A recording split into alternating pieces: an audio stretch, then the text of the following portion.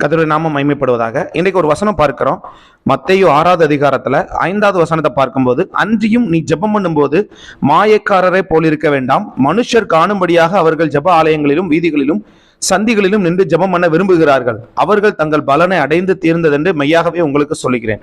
நீயோ ஜெபம் பண்ணும்போது உன் அறை வீட்டுக்குள் பிரவேசித்து உன் கதவை பூட்டி அந்தரங்கத்தில் இருக்கிற உன் பிதாவை நோக்கி ஜெபம் பண்ணு, அப்பொழுது அந்தரங்கத்தில் பார்க்கிற உன் பிதா வெளியரங்கமாய் உனக்கு பதிலளிப்பார் அப்படின்னு பார்க்கிறோம். அதாவது நம்ம ஜெபம் பண்ணும்போது நிறைய பேர் பார்த்தீங்கன்னா ஒரு 4 பேருக்கு மத்தியில நல்லா சத்தமா ஜெபம் பண்ணணும் அப்படின்னு அதை மட்டுமே விரும்பிட்டு இருப்பாங்க. ஒரு சபையில எழுப்புதலுக்காக ஜெபம் பண்ணுவோம், உபாச ஜெபம் பண்ணுவோம். அதுல ஒருத்தங்க சத்தத்தை எழுப்பி எல்லார் மத்தியிலையும் சத்தமா ஜெபம் பண்றது கண்டிப்பா தேவை.